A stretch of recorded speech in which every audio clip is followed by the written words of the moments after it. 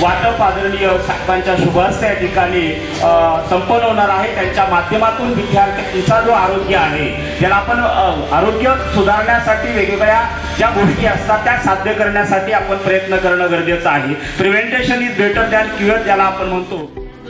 मुली आहे ना सर, सगळ्या ग्रामीण भागातल्या आईच आहे आणि परिस्थिती सुद्धा खूप नाजूक आहे। त्याच्यामुळं नॅपकिन घेणं थोडंसं त्यांना अवघडच जाते, पण तरी तुम्ही त्यामुळे मी तुमचे खूप खूप मनापासून आभार मानते।